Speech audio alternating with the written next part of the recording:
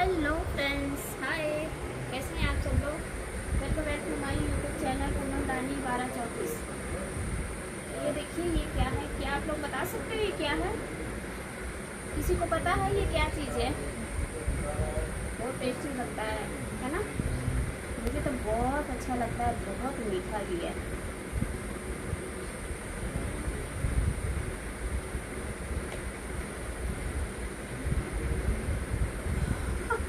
इसी में गिर गया। कोई बात नहीं, मुझे ही खाना है। बाकी बहुत ज़्यादा मीठा, चीनी से भी बेहतरीन मीठा। हमारे यहाँ इसको कोवा बोलते हैं, कोवा कोवा बोलते हैं। आपके यहाँ क्या बोलते हैं फ्रेंड? ज़रा बताइए कमेंट में आप लोग, जिसको भी पता है कमेंट में बताइएगा।